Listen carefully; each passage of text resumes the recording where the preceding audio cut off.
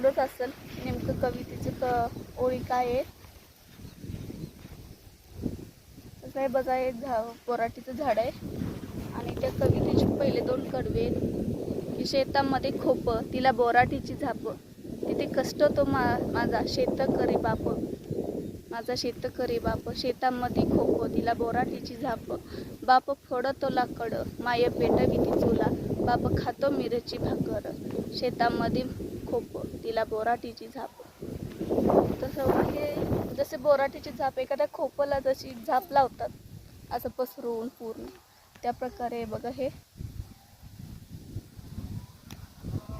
बघू शकतो ना, असं पूर्ण पसरवण्याने उभं आहे. असं लावलं की थोडी का जागा झाकून जाते. या झाडाला बघून आज मला ती कविता आठवली म्हणून तुमच्याशी शेअर करावं म्हटलं. तर नक्की कोणाला माहीत असेल तर कमेंट करून जरूर सांगा.